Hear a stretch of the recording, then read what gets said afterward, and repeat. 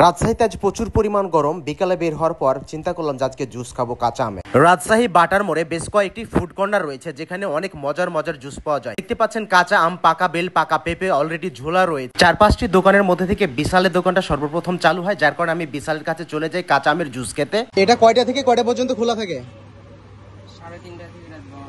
3:30 থেকে রাত 12টা পর্যন্ত। হ্যাঁ, কাঁচা আমের জুস থেকে শুরু করে আপনার আর কত রকমের জুস পাওয়া যায় আপনাদের এখানে? প্রায় কত রকমের? 16-17 কোয়ালিটির অলরেডি আম ছিলা হচ্ছে। এবং যেহেতু রাজশাহী হচ্ছে আমের রাজ্য, সেহেতু কাঁচা আমের জুস সত্যি অনেক মজা হবে।